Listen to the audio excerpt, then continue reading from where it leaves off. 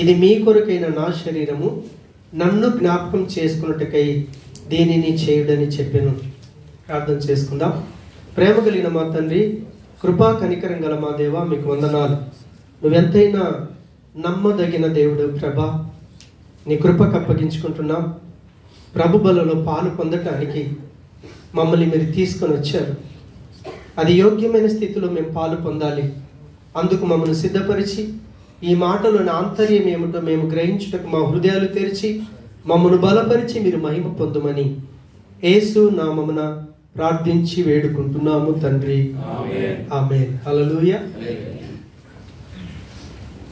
దానిని విరిచి మీ కొరకైన నా శరీరము, నన్ను జ్ఞాపకం చేసుకున్నట్టుకై దీనిని చేయుడని చెప్పాను. దేవునికి స్తోత్రం. పోయిన బల్ల రోజు, ఆ తర్వాత సెకండ్ వీక్ కూడా మనం 23వ వచనాన్ని ధ్యానించాం. ఏంటంటే, మనం ప్రభు బల్లలో పాలు పొందుతున్నప్పుడు ఏ రీతిగా పాలు పొందాలంటే కృతజ్ఞత వైఖరితో పాలు పొందాలి. కృతజ్ఞత భావము వేరు, కృతజ్ఞత వైఖరి వేరు. ఒక వ్యక్తి మేలు చేశాడని అనటం వేరు, నాకు మేలు చేశాడు కాబట్టి తిరిగి నేనేం చేయాలని క్రియారూపకంగా చేసేదాన్ని ఏమంటారంటే వైఖరి అంటారు. కృతజ్ఞత వైఖరి. కాబట్టి మనం ప్రభు బలలో పాలు పొందుతున్నాము అనంటే, ఒక వ్యక్తి నిజంగా రక్షణ మారు మనసు ఉంటే, బాప్తిస్మ అనుభవం ఉంటే, ఆ వ్యక్తి యొక్క జీవితం ఎలా ఉంటుందంటే దేవుని యొక్క అధికారం కిందికి వస్తాడు. దేవుని యొక్క అధికారం కిందికి వస్తాడు. సైతాన్ యొక్క అధికారం నుంచి దేవుని యొక్క అధికారం కిందికి వస్తాడు. సైతాన్ యొక్క నడిపింపు నుంచి పరిశుద్ధాత్ముని యొక్క నడిపింపు కిందికి వస్తాడు. అప్పుడు దేవుడు ఎలా జీవించమన్నాడో ఆ రీతి జీవితాన్ని మనం జీవించగలుగుతాం. అందుకే కొలస్సీ పత్రిక 3వ అధ్యాయం 18 నుంచి 24 వచనాలు మనం ధ్యానించాం. ఏమని ధ్యానించాం? భార్యలారా మీ భర్తలను ప్రేమించండి, భర్తలారా మీ భార్యలను ప్రేమించండి. ఇంకా పిల్లలారా మీ తల్లిదండ్రులకు లోబడండి, తండ్రులారా మీ పిల్లల్ని క్రమశిక్షణలో పెంచండి. ఈ రీతిగా మనం ఏది చేసినను నా దేవుడు నన్ను చూస్తున్నాడని, నా దేవుడు ఇలా జీవించమన్నాడని జీవిస్తూ దాంట్లో పాలు పొందితే నీ యొక్క ఆరాధన ఏంటి అనంటే కృతజ్ఞతాస్తుతి ఆరాధన. యేసు ప్రభుల వారు ఏ రీతిగా అయితే పాపులమైన మన కొరకు తన్ను తాను ఆ శిలువలో సమాధాన బలిగా, పాప పరిహారార్థ బలిగా తాను ఎలా బలియాగమయ్యాడో మనం ఆ రీతిగా జీవిస్తూ ఉంటే మన జీవితాన్ని కూడా సజీవ యాగంగా ప్రభుకు సమర్పించుకున్న వారం అవుతాము. దాన్ని ఏమంటారంటే నిజంగా నిజమైనటువంటి స్తుతి ఆరాధన, కృతజ్ఞతా స్తుతి ఆరాధన. ఓన్లీ పాట పాడితే ఆరాధన కాదు, ఆ వాక్యంలో జీవించినప్పుడు నిజమైన ఆరాధన. పాట ఇక్కడ కాసేపు పాడతాం, 10 నిమిషాల తర్వాత బయటికి వెళ్తాం.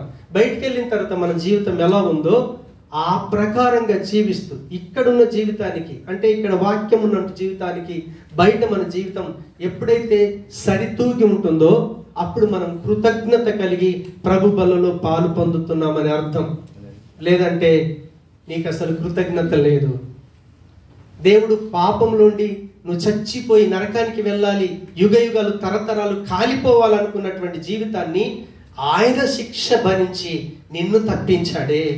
ఆ కృతజ్ఞత కనుక నీలో ఉంటే మళ్ళీ ఆ తప్పుడు జీవితంలోకి వెళ్లకుండా దేవుడు జీవించమన్న ప్రకారం జీవించి ప్రభు బలలో పాలు పొందుతున్నప్పుడు దేవునిని మహిమపరిచిన వారం అవుతాం. అది మనం ధ్యానించాం ఇంతవరకు. ఈరోజు అంటున్నాడు, మీరు 24 వచనం, దానిని విరిచి మీది మీ కొరకైన నా శరీరము, నన్ను జ్ఞాపకం చేసుకున్నట్టుకై దీనిని చేయుడు చెప్పెను. నన్ను జ్ఞాపకం చేసుకున్నట్టుకై దీనిని చేయండి. మీరు ఈరోజు ప్రభు బలలో పాలు పొందుతున్నారు కదా. ఆ ప్రభు బలలో పాలు పొందేటప్పుడు ఏమంటుందంటే నన్ను జ్ఞాపకం చేసుకున్నట్టుకై మీరు ప్రభు బలలో పాలు పొందాలి. ఎవరిని జ్ఞాపకం చేసుకోవటానికి? నన్ను జ్ఞాపకం చేసుకోవటానికి. హల్లెలూయా. చూడండి, సరే ప్రభు అన్నాడు నన్ను మీరు జ్ఞాపకం చేసుకున్నారు.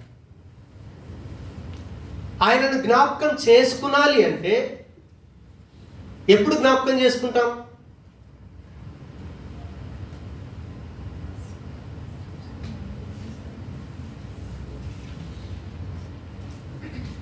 చెప్పరా?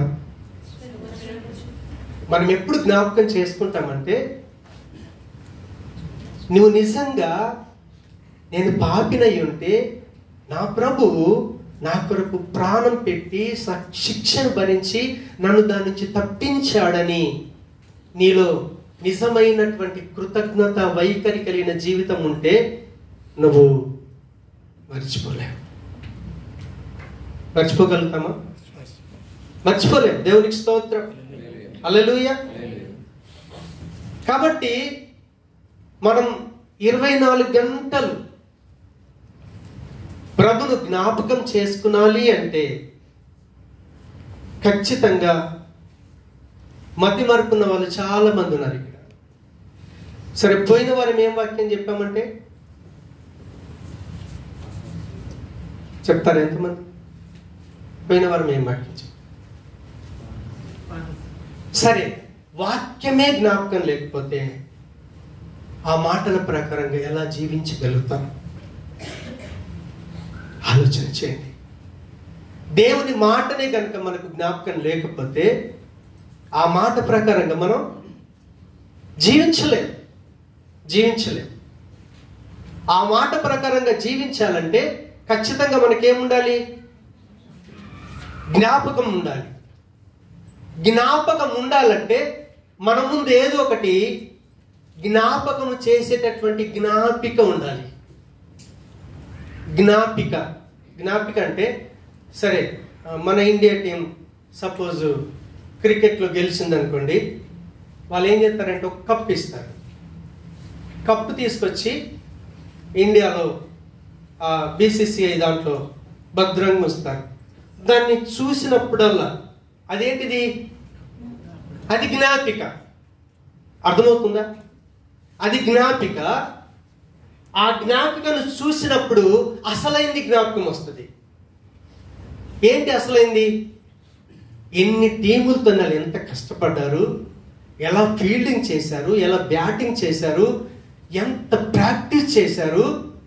ఆ గ్రౌండ్ లోపల ఒక దిక్కు ఉత్కంఠం, ఓడిపోతామన్న టెన్షన్తో ఎన్ని రకాల టెన్షన్ తీసుకుంటే ఆ కప్పు వచ్చింది. ఆ కప్పును చూస్తున్నప్పుడు నీకేం జ్ఞాపకం వస్తుంది? ఏం జరిగిందో అది జ్ఞాపకం వస్తుంది. హల్లెలూయా. ఇప్పుడు చూడండి, ప్రభువు తన శరీరమని, తన రక్తమని సిలువలో నలగొట్టబడ్డాడే, నలగొట్టబడిన శరీరానికి ఆయన అన్నాడు, ఈ రొట్టె నా శరీరం. సిలువలో మన పాపం కొరకు కార్చాడే, మనల్ని విమోచించడానికి ఆయన కార్చిన రక్తం ఆ ద్రాక్షరసం. ఇప్పుడు ఆ రక్తం, ఆ రొట్టె ద్రాక్షరసం ఏంటి? జ్ఞాపిక. హల్లెలూయా. అది జ్ఞాపిక. అది ప్రభు శరీరమే, ప్రభు యొక్క రక్తమే. కానీ దాన్ని మనం ముడుతా ఉన్నప్పుడు ఏదో అయిపోతుందని అనుకోకూడదు. హల్లెలూయా. ఎందుకు అనుకోకూడదు? జ్ఞాపికలు ఏమైనా ఉందా? మన ముందు కప్పు ఉంది కదా, అందులో ఏముంది? అందేం లేదు. అదేం చేస్తుంది? జ్ఞాపకం చేస్తా ఉంది. అవునా? ఇప్పుడు ప్రభు యొక్క శరీరం అయినటువంటి రొట్టె, ఆయన రక్తమైనటువంటి ద్రాక్షరసం ప్రభువు సంఘంలో అనుమతించాడు. ఎందుకో తెలుసా? సిలువ వేయబడిన క్రీస్తును జ్ఞాపకం చేయటానికి. సిలువ వేయబడిన క్రీస్తును జ్ఞాపకం చేయటానికి. దాన్ని చూడగానే మనకు జ్ఞాపకం రావాలి, ప్రభువు కేవలం నా పాపం కొరకే ఆయన సిలువలో శ్రమలు వహించాడు, నా కొరకు ప్రాణం పెట్టాడు అని నువ్వేం చేయాలి? ఆ సిలువ నీ మైండ్లోకి రావాలి. ఓకే, ఇప్పుడు చూడండి, జ్ఞాపకంలో ఏమీ లేదు. అసలైంది ఎక్కడుంది? గ్రౌండ్లో ఉంది. ఇప్పుడు ఇది జ్ఞాపికనే, ఆయన శరీరమే, ఆయన రక్తమే. కానీ ఇందులో ఏమీ లేదు, దీంట్లో ఏమీ లేదు. అసలేది ఎక్కడుంది? సిలువలో ఉంది. దీనికి ఆ సిలువకి గనక సంబంధం లేకపోతే దీంట్లో శక్తి లేదు, దీంట్లో బలం లేదు. శక్తి ఎక్కడుందో చెప్తారా? మొదటి కొరింథీ పత్రిక 1:18 స్పష్టంగా చెప్తా ఉంది. నోటికి చెప్తారా? సువార్తలలో వారు నోటికి చెప్పరు. సిలువను గూర్చిన వార్త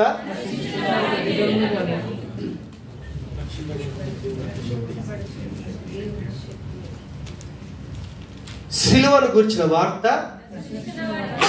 అంటే నాశనం అయిపోయేవాడికి. నా జీవితం నా ఇష్టం అనుకునే వాళ్ళు ఉంటారు కదా. ఏంటి, యేసు ప్రభుని కొడతా ఉంటే ఆయనని రక్షించుకోలేదు, అవునా? కొడతా ఉంటే, ఉమ్మేస్తా ఉంటే కనీసం దాన్ని ఇది కూడా చేసుకోలేడే.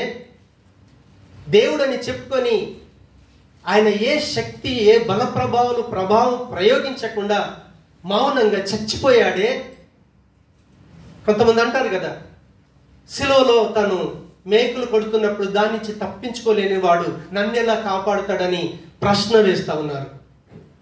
అలాంటోడికి ఆ సిలువ వెర్రితనము, కానీ ఆ సిలువ రక్షించబడుతున్నటువంటి మనకు దేవుని శక్తి. దేవుని శక్తి దీంట్లో ఏం లేదు. శక్తి ఎక్కడుందో తెలుసా? సిలువలో ఉంది, ఆయన కార్చిన రక్తంలో ఉంది. మనం ఆయన రక్తం అనే, ఆయన శరీరం అనే భావనతోనే తింటున్నాం. కానీ నీకు ఆ సిలువలో యేసు ప్రభుల వారు ఏ శ్రమలైతే భరించాడో, ఏ మరణమైతే పొందాడో, దానికి నీకు వ్యక్తిగత రిలేషన్షిప్, సంబంధం లేకపోతే ఇది నీకు వ్యర్థమే. శక్తి ఇక్కడ లేదు. శక్తి సిలువలో ఉంది, ఆయన కార్చిన రక్తంలో ఉంది. చాలా మంది ఈ రోజుల్లో సంఘానికి వస్తున్నారు, కానీ ఆ సిలువ శక్తిని ఆశ్రయించని వారుగా వస్తున్నారట. పౌలుకు తిమోతి పత్రిక రాసినప్పుడు అంటాడు, 2 తిమోతి పత్రిక 3వ అధ్యాయంలోకి వెళ్ళి ఒక మాట చూద్దాం. 2 తిమోతి పత్రిక 3వ అధ్యాయం 5వ వచనం. పైకి భక్తి గల వారి వలె ఉండి దాని శక్తిని ఆశ్రయించని వారునై ఉందురు, ఇట్టి వారికి విముఖుడవై ఉండుము. హల్లెలూయా. ఆ సంఘ కాపరికి చెప్తా ఉన్నాడు, తిమోతికి పత్రిక రాస్తా ఉన్నాడు పౌలు. ఏమని రాస్తున్నాడంటే, సంఘంలో చాలా మంది ఉంటారు, అవునా? ఎందుకంటే ప్రపంచం రాను రాను ఏ విధంగా ఉంటుందో ప్రభువుకు బాగా తెలుసు. జనరేషన్ మారుతా ఉంది, ప్రజలు మారుతా ఉన్నారు. ఒకప్పుడు మేము స్కూల్లో చదువుకునేటప్పుడు మా టీచర్ అలా ఎదురుగా వస్తే అటు వెళ్ళేవాళ్ళం కాదు మేము. అమ్మో సార్ వస్తున్నాడు రా. ఇప్పుడు సార్ మీద చేసుకొని తిరుగుతా ఉన్నారు స్టూడెంట్స్. హల్లెలూయా. ఒకప్పుడు సేవకుడు అంటే విశ్వాసులకు ఎంత భయం ఉండేదో, ఇప్పుడు సేవకుని దూషిస్తున్నారు, తిడుతా ఉన్నారు. పౌలుకు తెలుసు, దేవుడికి తెలుసు రానున్న దినాలు ఎంత భయంకరంగా ఉంటాయో.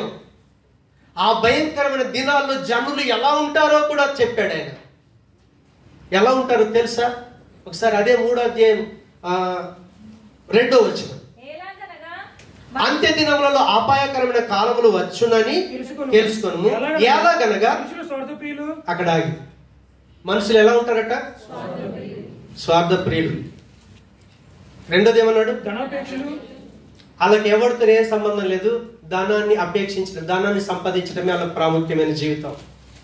ఇంకా బింకములాడువారు, అహంకరులు, దూషకులు, తల్లిదండ్రులకు అవిధేయులు, కృతజ్ఞత లేని అపవిత్రులు. చూడండి, బింకములాడేవారు, అహంకారులు, వీళ్ళంతా చర్చ్కి సంబంధించిన వాళ్ళే. బయటల గురించి చెప్పట్లేదు, బయట వాళ్ళతో మనకు సంబంధం లేదు. ఎవరైతే నేను క్రైస్తవునని చెప్పుకుంటున్నాడో, ఎవరైతే ప్రభు బలలో పాలు పొందాలని ఆశపడుతున్నారో అలాంటి వ్యక్తుల గురించి దేవుడు చెప్తా ఉన్నాడు. ఏమని చెప్తున్నాడు? వాళ్ళలో అహం ఉంటుంది, చెప్తే లోబడరు, తిరగబడతారు. దూషకులు, అవసరమైతే తిడతారు. ఇంకెలా ఉంటారంటే తల్లిదండ్రులు చెప్పిన మాట వినరు. ఇంకా హల్లెలూయా. కృతజ్ఞత లేని వారు అంటే వాళ్ళకి ఎన్ని మేళ్ళు జరిగినా దాన్ని జ్ఞాపకం చేసుకోరు. దేవుడు వాళ్ళకి ఎన్నన్నా మేలు అని దేవుడు వాళ్ళకి జ్ఞాపకం రాడు. ఎప్పుడు జ్ఞాపకం అవుతాడు తెలుసా? మళ్ళీ ఆపద రావాలి, కష్టం వస్తే చేయమని అడగడం తప్ప, ప్రభా నాకు ఈ మేలు చేసావని కృతజ్ఞత కలిగిన జీవితం వాళ్ళలో ఉండదు. ఇంకేమంటున్నాడు తెలుసా? ఒక్కరు చదవండి. అనురాగరహితులు. అనురాగరహితులు అంటే రహితం, సహితం. సహితం అంటే ఉన్నది, కలిగి ఉన్నది. రహితం అంటే అనురాగం అనేది ఉండదు. చర్చకొచ్చామా, ప్రేయలాడు అంటే ప్రేయలాడు, అంతే. అనురాగం ఉంటే ఏం చెప్తాం? జోనతన్ ఎలా ఉన్నావు, ఇంటికాడ బాగున్నారా? మీరు ఎప్పుడైనా ఒక్కరినొకరు బయట అడుక్కుంటున్నారా? ఇంతమంది కలుస్తున్నారు కదా, మీరు నిజంగా మీ హృదయం మీద చేసుకొని చెప్పండి. కనీసం ప్రైజ్లాడు, ఒకరికొకరు పలకరించుకోవటమైనా మీరు చేస్తున్నారా? దేవుడికి ఏమో సమాధానం చెప్తారు. అనురాగం ఉండదు, మేము వచ్చాం వెళ్ళిపోయాం. అనురాగరహితులు, అతి ద్వేషులు అంటే ఇంకా దేశంలో ఎక్కువ మోతాదు అనమాట. డబ్బుంది, బిలియనీర్ తర్వాత ఇంకేమో ట్రిలియనీరా నాకు తెలియదు, ఇంకా అంతస్తులు అలా అనమాట. ఇంకేమంటున్నాడు? అపవాదకులు, అజితేంద్రియులు. అజితేంద్రియులు అంటే ఒక మాట చెప్తే జీర్ణించుకోరు ఇంకా. హల్లెలూయా. ఎలా అన్నాడు రా పాస్టర్ గారు, ఎలా అన్నారు, లేకపోతే సహోదరుడు ఎలా అన్నాడు, తిరగబడేదాకా నిద్రపోడు అనమాట. దేవునికి స్తోత్రం. క్రూరులు, క్రూరత్వం. సజ్జన ద్వేషులు అంటే మంచి చెప్పే వాళ్ళను ద్వేషించుకుంటారు. మీరు ఎన్నో చెప్పండి, మంచి చెప్పొద్దు. తాగే వ్యక్తి దగ్గరికి వెళ్ళి అద్దు నాన్న అంటే నువ్వేవుడివిరా అంటాడు. అవునా? ఇప్పుడు చర్చికి వచ్చేటోళ్ళు తాగే వాళ్ళు ఉన్నారు, సిగరెట్ పట్టే వాళ్ళు ఉన్నారు, అమ్మాయిలు అబ్బాయిలతో తిరిగే వాళ్ళు ఉన్నారు. మనం చెప్పామనుకో రివర్స్ అయిపోతారు, లోపడరు. మంచి వాళ్ళకి ఇష్టం ఉండదు. మన ప్రభువు అన్నిట్లో మంచివాడు. నెక్స్ట్ ద్రోహులు. ద్రోహులు. ద్రోహులు అంటే మనకు అపకారం చేయటమే. మూర్ఖులు, నేనేం చేస్తున్నాను చెయ్యకూడదా ఆలోచన ఉండదు, అంత భయంకరమైన మూర్ఖత్వం ఉంటుంది. గర్వాంధులు. గర్వాంధులు అంటే గర్వంతో కళ్ళు మూసుకుపోతాయి అనమాట, అంధత్వం వచ్చేస్తుంది, ఎవరిని లెక్క చేయడు. డబ్బులు, అరే నీ మాట్లాడతారు కదా, నీదంతా కొనేస్తానంటాడు. చాలా పక్కన ఏదైనా ఇల్లు కానీ స్థలం గురించో చిన్న తేడా వచ్చి మాట్లాడినాం అనుకో, అరే నీ ప్లాట్ ఎంతరా, నీ ఇల్లు ఎంత, నువ్వెంతరా. అలాంటి స్థితి. గర్వాంధులు దేవుని కంటే సుఖానుభవమును ఎక్కువగా ప్రేమించేవారు. ఇది బాగా అర్థం కావాలి మీకు. దేవుని కంటే సుఖానుభవమును ఎక్కువగా ప్రేమించేవారు. చిన్న ఎగ్జాంపుల్ చెప్తాను. సపోజ్ జోసెఫ్ ఎక్కడ ఉమ్మలపైన ఉన్నాడు, అక్కడికి వెళ్ళి ఇక్కడికి రావాలంటే ఆయన ఏం చెప్తాడు తెలుసు? అక్కడికి ఎవడు వెళ్తాడు, పక్కన చర్చ్ నడుపుకుంది వెళ్తాను. రెండవది, వచ్చేటప్పుడు మనకు కంఫర్టబుల్ ఉండాలి, టైట్ కావద్దు, ఉక్కపోయొద్దు, ఓకేనా? కష్టం అసలే కావద్దు, రూపాయి ఖర్చు కావద్దు. ఇప్పుడు అవన్నీ దేవుని కంటే ఎక్కువ అనమాట. అవి దేవుడు లాస్ట్ స్టేజ్లో ఉంటాడు. క్రైస్తవులే, వేరే వాళ్ళు కాదు. సంఘంలో ఉన్న వాళ్ళే, వేరే వాళ్ళు కాదు. దేవుణ్ణి ప్రేమించాలి, కానీ వాళ్ళ సుఖమే వారికి ఎక్కువ అనమాట. వాళ్ళ సుఖమే వారికి ఎక్కువ. ప్రేమించువారు పైకి భక్తి గల వారి వలె ఉండి దాని శక్తిని ఆశ్రయించని వారునే యుందురు. పైకి భక్తి గల వారి వలె, ఎంత భక్తో పాట లీనమై పాడతాం. ప్రార్థన చేయమంటే వాక్యం లోపటికెళ్ళి ప్రార్థన చేస్తాం. మాట్లాడమన్నావా ఎంత తీయగా మాట్లాడతామో. అర్థమవుతున్నాయా మీకు మాటలు? హల్లెలూయా. ఆయన చూడగానే అబ్బో ఎంత భక్తి పరుడో. వాళ్ళ దేవుని అంటే మళ్ళీ కోపమే. హల్లెలూయా. అలాంటి వాళ్ళు చాలా మంది చర్చిలో ఉన్నారు ఈ రోజుల్లో. కష్టం కావద్దు, చర్చికి రూపాయి ఖర్చు కావద్దు. చర్చిలో ఇంకేసి లేకపోతే, పార్కింగ్ లేకపోతే, ఇప్పుడు గొడవ ఇది. ఇప్పుడు కొత్త లేటెస్ట్ అనమాట. ఏసీ ఉందా చర్చిలో, కార్ పార్కింగ్ ఉందా, ఎన్ని చూస్తున్నారు. హల్లెలూయా. చర్చిలో మాత్రం నాలా తెల్ల బట్టలు వేసుకొని మంచిగా ఇంకా బైబిల్ చేతులు ఉంటుంది. ఎంతో భక్తి, ఎంతో భక్తి. పైకి భక్తి గల వారి వలె ఉండి దాని శక్తిని ఆశ్రయించని వారు. వాళ్ళందరూ కూడా అలా ఉండటానికి కారణం ఏంటి అంటే, వాళ్ళకి సిలువ వేయబడిన క్రీస్తుకి సంబంధం లేదు. సిలువ వేయబడిన క్రీస్తుకి ఒకవేళ నాకు గనక సంబంధం లేకపోతే నేను ఎక్కడ ఉంటానో తెలుసా? సైతాన్ యొక్క అధికారం కింద ఉంటాను, పాపపు యొక్క అధికారం కింద ఉంటాను. దేవుడు బ్రతుకుమన్న తీరిగా నేను అస్సలే బ్రతకలేను. కారణం ఏంటో తెలుసా? ఇక్కడేదో తింటే శక్తి రాదు, ప్రభు బల్ల తింటే శక్తి రాదు. ఈ ప్రభు బల్లకి, ఆ సిలువ వేయబడిన క్రీస్తుకి నీ వ్యక్తిగత జీవితానికి అనుబంధం ఉందా? సంబంధం ఉందా? ప్రభు అయినటువంటి యేసు క్రీస్తుల వారు హెబ్రీ పత్రిక 10వ అధ్యాయం 10వ వచనంలో ఆయన ఒక్కసారే బలయ్యాడు. 10వ అధ్యాయం 12వ వచనంలో అంటాడు సదాకాలము నిలిచే బలి అట.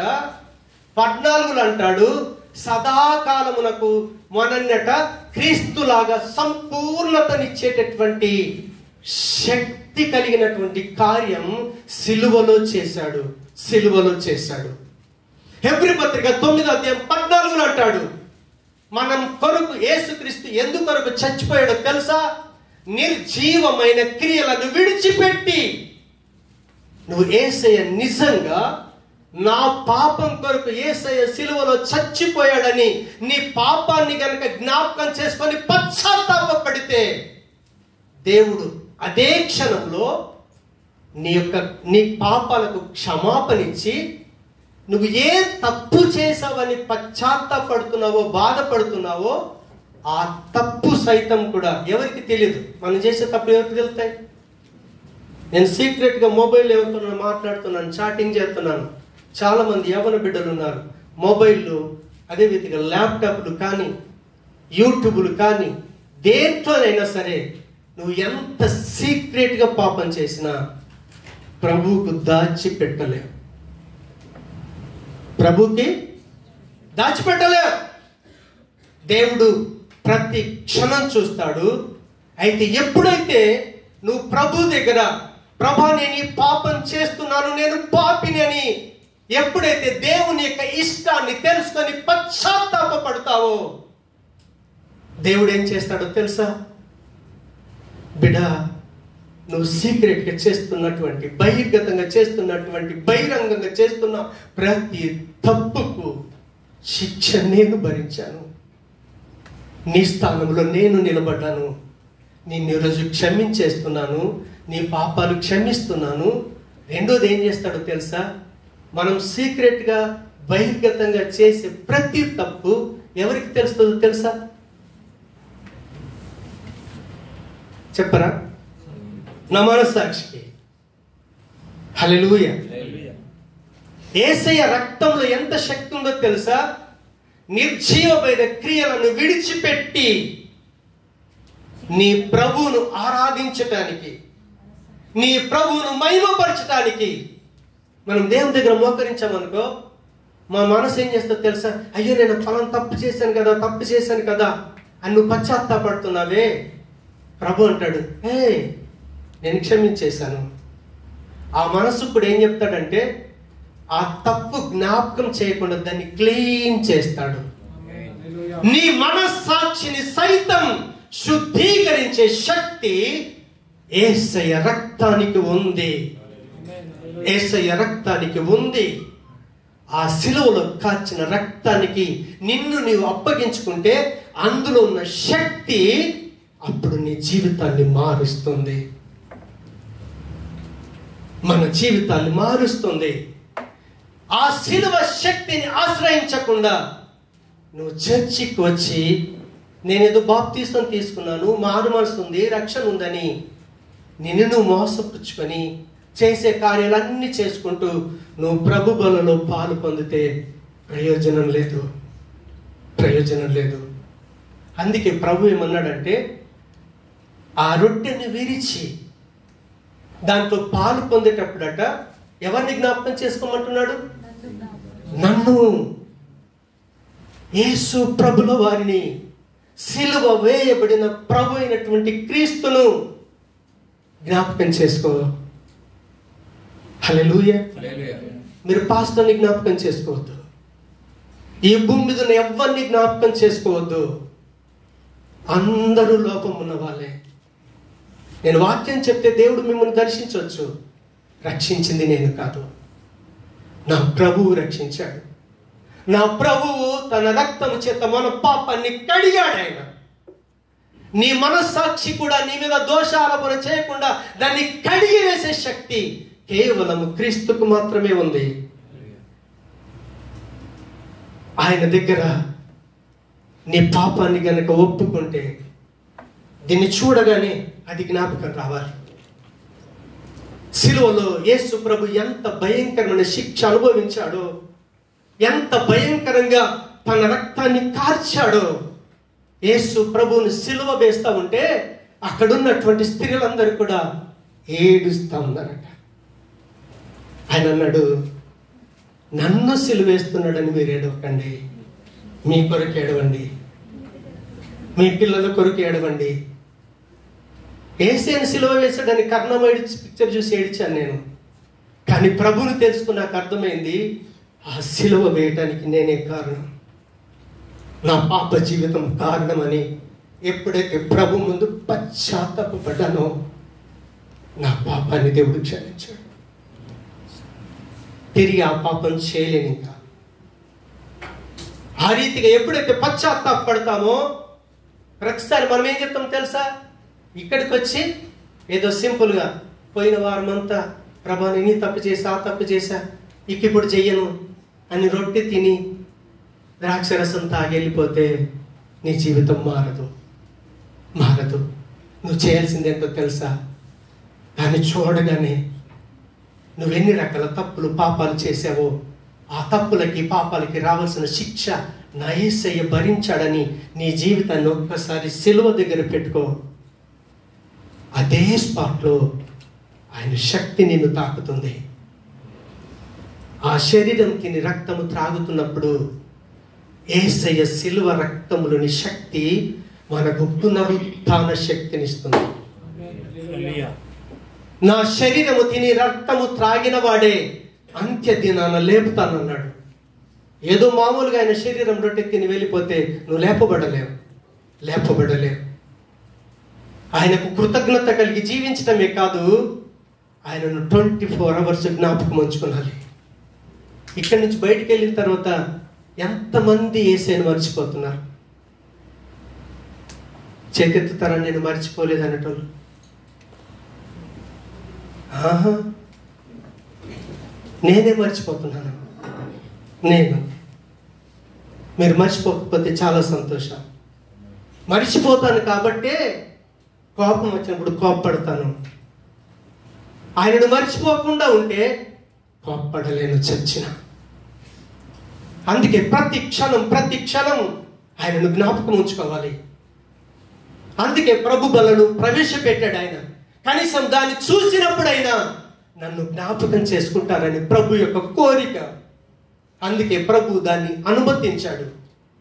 కాబట్టి ప్రభు బలలో పాలు పొందటానికి సిద్ధపడుతున్న మనం ఎవరి స్థానంలో వాళ్ళం మోకరిద్దాం. మోకరించి, ప్రభా, ఇన్ని రోజులు నా యొక్క జీవితం ఈ విధంగా ఉంది, నేను దాన్ని మానుకోలేకపోతున్నాను. నీ శక్తిని ఆశ్రయించకుండా ఏదో నీ బిడ్డలను వచ్చి భయంకరమైన జీవితాన్ని జీవిస్తా ఉన్నాను. ఇంతవరకు ఆ 2 తిమోతి 3:2-4 ఎన్ని చెప్పాడు, అందులో ఏ ఒక్కటి మనలో ఉన్నా సరే ఇప్పుడు మనల్ని మనం ప్రభువుకి అప్పగించుకుందాం, సిలువకు అప్పగించుకుందాం, ఆయన రక్తానికి అప్పగించుకుందాం. దేవుడు ఈరోజు ఆయన శక్తి చేత మన జీవితాన్ని మారుస్తాడు. ఇక్కడి నుంచి బయటికి వెళ్ళిన తర్వాత కూడా సిలువ వెంబడిన క్రీస్తే నాకు జ్ఞాపకం ఉండాలి. ఆయన ఎరుకలో జీవించాలి, ఆయన జ్ఞాపకంలో జీవించాలి. అలాంటి జీవితం నాకు కావాలి ప్రభాని. అప్పగించుకోండి.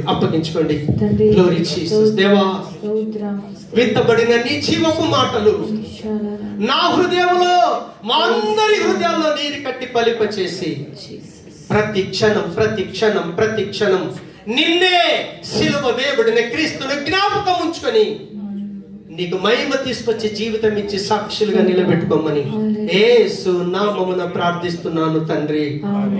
ఆమేన్.